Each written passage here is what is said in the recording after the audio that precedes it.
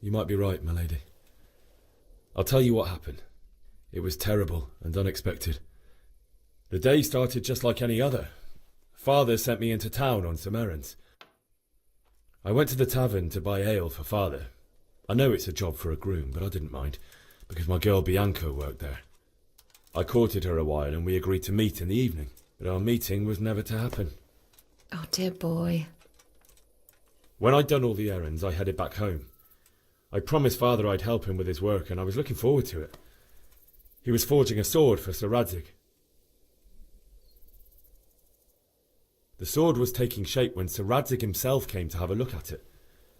He praised Father's work and said that with his smithing skills, he could easily make a living in Prague or Vienna.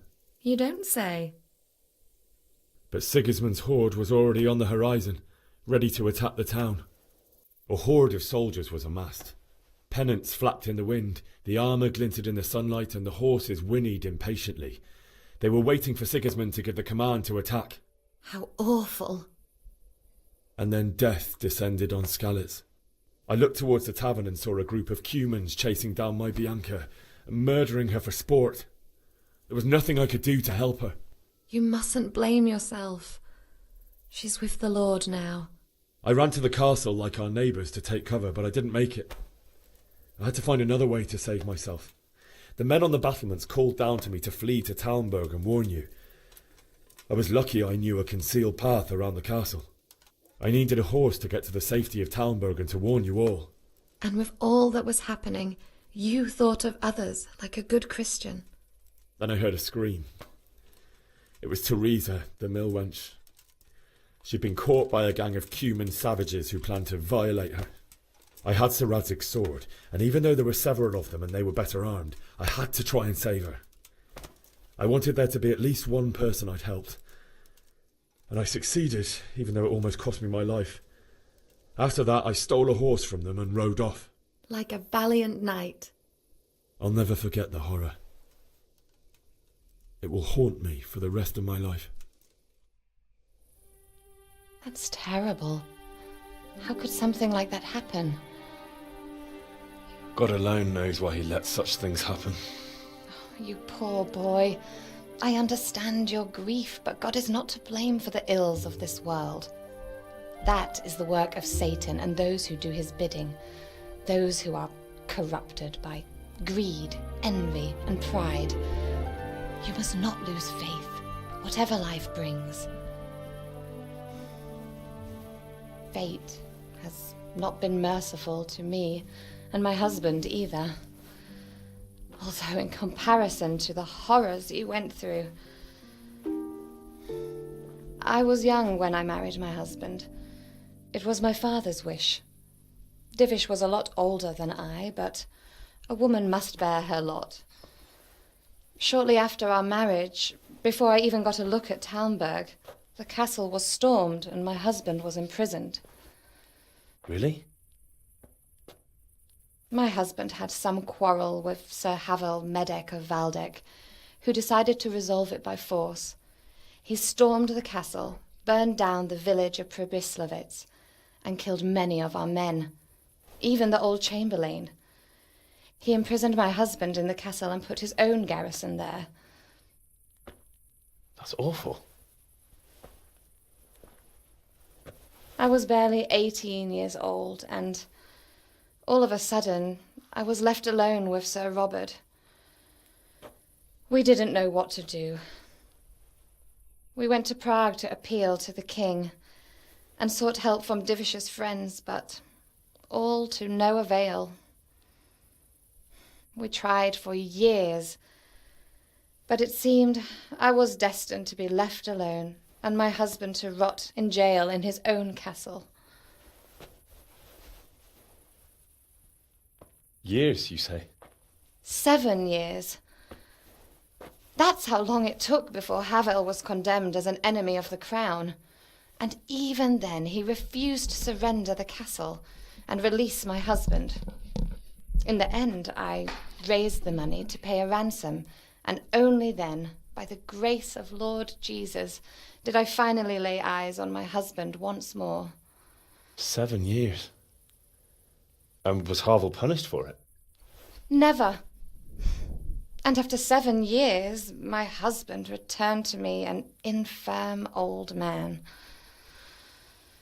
Sir Divish seems like a good, strong man. Certainly, only he has many concerns. He had to rebuild Talmberg.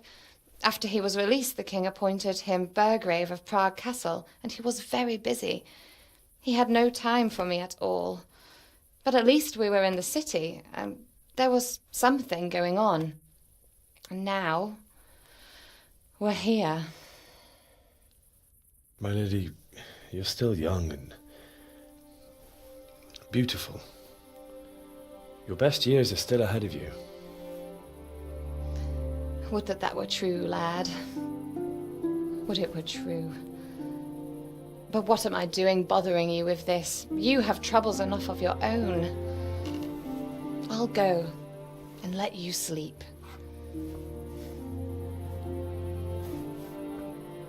I enjoyed our little talk, Henry. Good night, and God bless. Good night, my lady.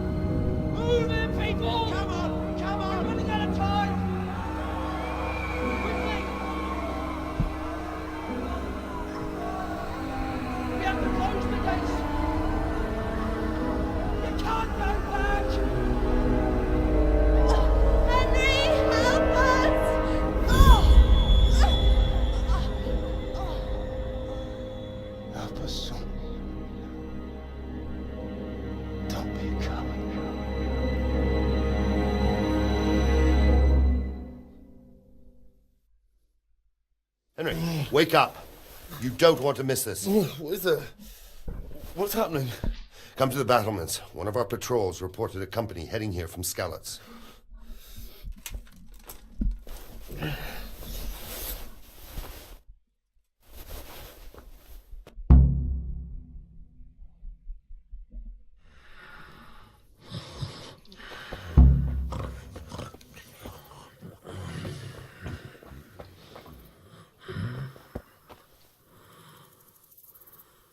Okay, well, I'm definitely gonna need a torch or something. Okay. No? Can't pick it up. Fair enough.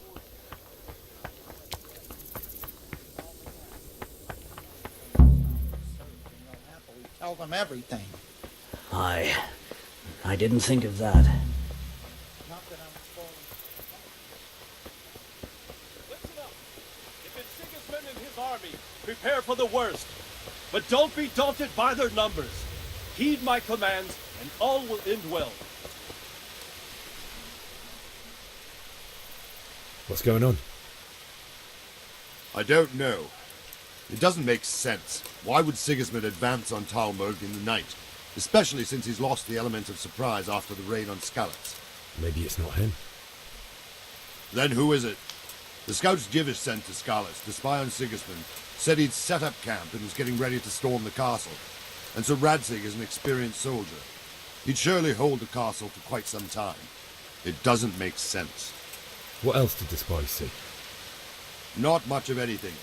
Before they could get close enough, this huge storm started. And you were right. Sigismund has a hell of a lot of soldiers, including all manner of mercenaries. An army like that costs a fortune. Well, anyway, we'll find out when they get here, won't we? Aye, we will.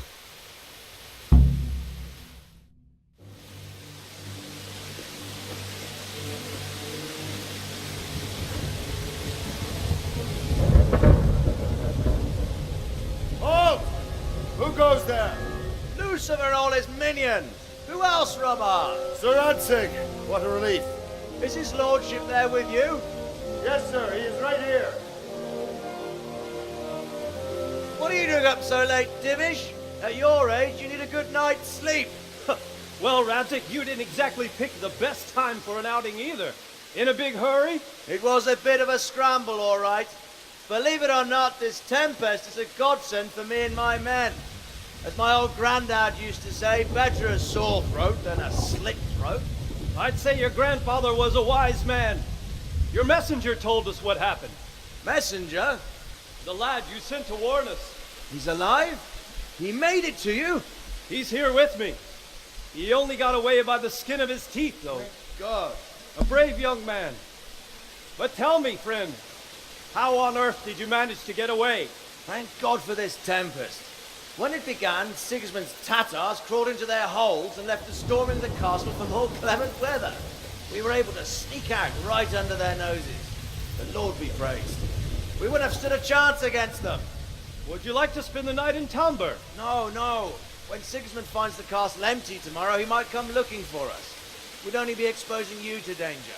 Without me and my men, he has no call to attack you. What will you do then?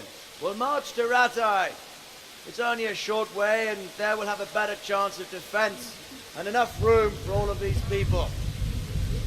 If Sigismund should come, better bend your knee, Divish. There's no point dying in a battle that's futile. You're right there. Is that boy still with you? I'm here, sir. You have courage, lad. That I can't deny. I am sorry about what happened. Would you care to join us? I'd like to, sir, but first I have to return to Skalitz. Are you mad? What do you want there? I can't leave my mother and father. I won't leave their corpses rotting in the street. I'll join you once I've taken care of them. Don't even think of going back there, you donkey. Are you tired of living? But sir! Quiet! I'm sorry about your father, but getting killed as well won't help him. Divish, make sure that lad doesn't budge from Talmberg until things quieten down. Not to worry, friend. Anyway, he's injured and needs to recover. I'll lock him up here as if he were Havel of Baldic. I've seen you've grown a thick skin since your tribulation, sir. But thank you. We'll meet again when circumstances are more favorable. Farewell. Farewell, friend, and good fortune. Give my regards to Sir Hanush. I will. And good luck to you and your people too.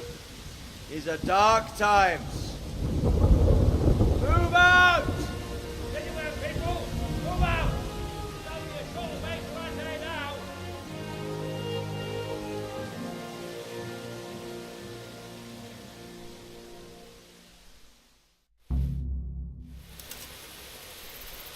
Men, tonight we'll have triple patrols.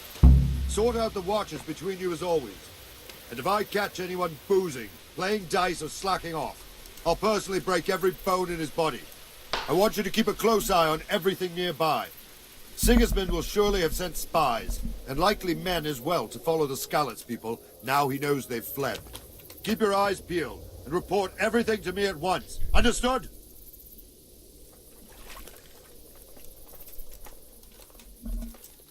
Henry! What is it you need? I could use an extra pair of eyes, and yours are keen. Will you keep watch on the battlements with my men? Is that a request or an order? I'd rather it was a request you answered yes to. Of course I'll help. I have to pay you back somehow after all you've done for me. Splendid! And don't worry, I'll tell the men to relieve you later. Wandering around like a stray sheep. Must be your first watch, eh? I don't think anything much will be happening today. You can just lean against the wall and wait till morning. I'll show you what's what. I will. Thank you.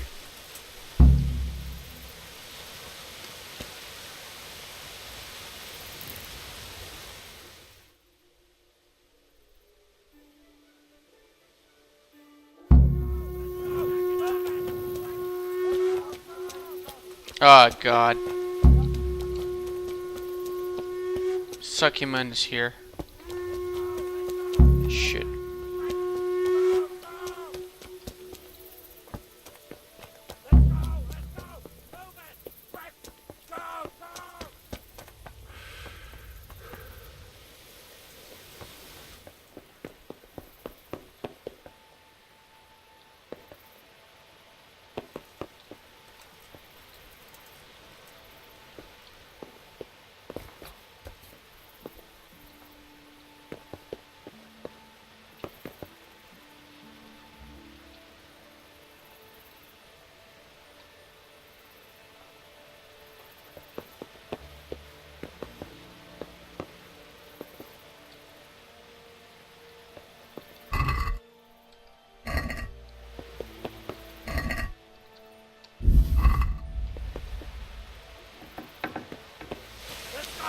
Go! Move it! Quick! Go! Go!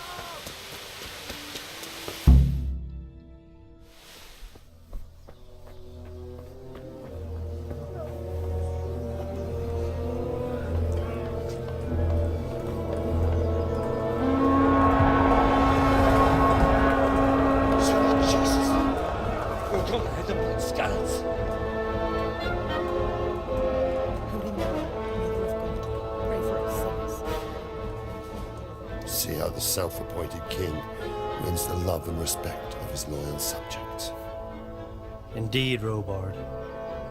Sigismund of Luxembourg has a rare talent for winning people over to his cause. We may be in for a surprise, though. I don't think he will set his heathen dogs on us today. Greetings, Lord of Talmberg. That's the bastard who led the attack at Scallis and killed my parents. Don't be an idiot. Do you want to end up like them? I am Sir Markwart von Aulitz.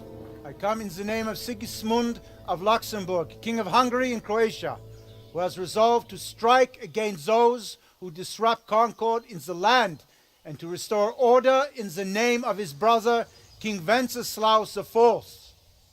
Restore order by burning and pillaging the king's estates. Greetings, Sir Markwart. The efforts of the king's brother to bring order to this chaotic land are undoubtedly noble. It seems to me, though, that he and his army have somewhat strayed. As Burgrave of Prague Castle, I am entirely beholden to the king, and here in Talmberg divine peace reigned until your arrival. To what then do we owe the honor of your visit? Yesterday his majesty took action against the enemy of the kingdom, Sir Radzig Kobyla, who has been using the silver from the Skalitz mine to fund insurrection against the crown. Unfortunately, the insurgent escaped. Would you happen to know, noble sir, where he might be at this time? As far as I know, the Sir Radzig of which you speak is the king's hetman at Skalitz. I find it hard to imagine that he would rebel against our king. Nevertheless, I can assure you that Sir Radzig is not at Talmberg. He would be a fool indeed to flee from one castle, where he has little chance of defense, to another, where he has even less.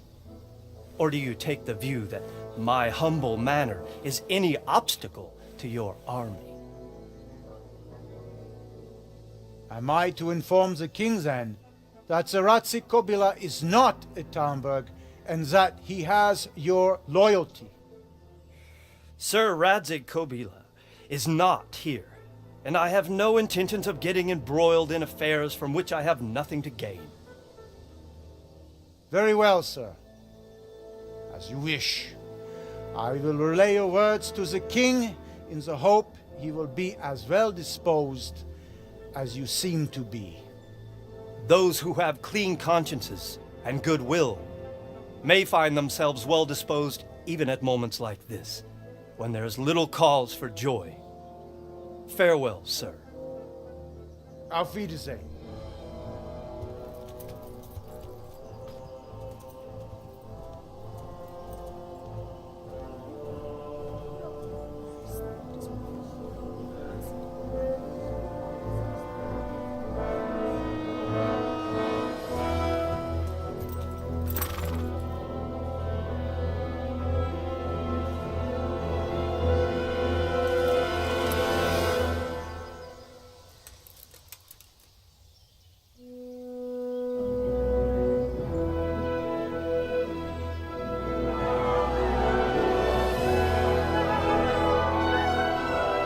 My lord, you have my utmost admiration. Get on with you, Robard.